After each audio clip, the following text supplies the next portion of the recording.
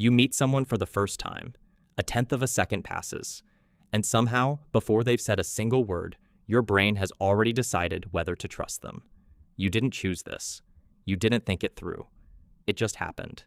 Your ancestors needed this shortcut to survive an encounter with a total stranger. But the real answer to why your brain still does this is far stranger than instinct. Because the truth is, your brain isn't reading the person in front of you. It's reading a face that isn't even fully there yet. Think about the last time you scrolled past a stranger's photo online. You formed an opinion of them instantly. Trustworthy, shifty, kind, cold. You had no evidence. None of it was verified. And yet the impression stuck, sometimes for good. Psychologist Alexander Todorov at Princeton spent years studying exactly this moment. He showed people faces for a tenth of a second, barely enough time to register a shape, let alone a personality. And the judgments people made in that sliver of time barely changed, even when he gave them a full second to look again. Your brain had already made up its mind. The extra time was just decoration. Here's the part that should unsettle you. Todorov's research found that these split-second judgments of trustworthiness weren't based on anything the person actually did. They were based on how closely a stranger's face resembled an emotional expression. A face with slightly upturned mouth corners and wider eyes reads as warm. A face with a lower brow and tighter mouth reads as threatening, even on a completely neutral, resting face. You are not reading character, you are reading geometry. So where did this habit come from? Why would evolution wire you to trust a shape? Go back further, long before cities, before writing, before you could look someone up or ask a mutual friend if they were safe. Your ancestors lived in small, tight bands of people they already knew. Everyone in view was familiar. A stranger appearing on the horizon was rare. And rare meant dangerous, because a stranger could be a threat to your group's territory, your food, or your life. There was no time for due diligence, no background check, no second date. Survival meant deciding, in an instant, whether this new face meant danger or opportunity. Those who paused too long to gather more information sometimes didn't get a second chance. So the brain adapted.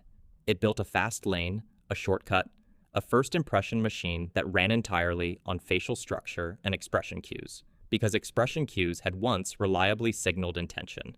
Anger, fear, aggression, these were legible on a face in real time, and reacting to them quickly kept you alive. But here's the twist. That fast lane never got an update. Your brain today still runs the same ancient software, even though the modern world almost never demands split-second survival decisions from a stranger's face. You are not deciding whether to fight or flee a rival clan. You are deciding whether to hire someone, whether to swipe right, whether to vote for a face on a ballot. And that fast lane is still running the calculation, as if your life depends on it. Researcher Nalini Ambady, along with Robert Rosenthal, uncovered something just as strange. They studied what they called thin slicing, the brain's ability to form accurate judgments from extremely brief exposure. In one now famous study, people watched silent video clips of college professors, just a few seconds long, with no sound and no context. Then they were asked to rate how effective each professor was as a teacher. Their ratings, based on mere seconds of silent footage, closely matched the ratings that same professor received from students who had sat through an entire semester of lectures. A few seconds? No words. Matching a full semester of evidence. That should stop you for a second. Your brain isn't just guessing at strangers. In some cases, it's shockingly accurate, pulling signal out of noise so fast you don't even notice it happening. But accuracy isn't the same as fairness, and it isn't the same as safety either. Because if your brain can extract real signal from a face in a tenth of a second, it can also extract the wrong signal, and it does this constantly. A face that happens to resemble anger will be judged as more hostile, regardless of the person's actual temperament. A face that happens to resemble happiness will be given the benefit of the doubt, regardless of what that person has actually done.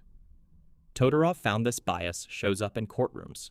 In one striking analysis of criminal cases, defendants whose faces were rated as less trustworthy by independent observers, based purely on appearance, were more likely to receive harsher sentences, even when the actual facts of the case were controlled for. Let that sit with you. A shape of a jawline, the set of a brow, quietly influencing outcomes meant to be based on evidence and law.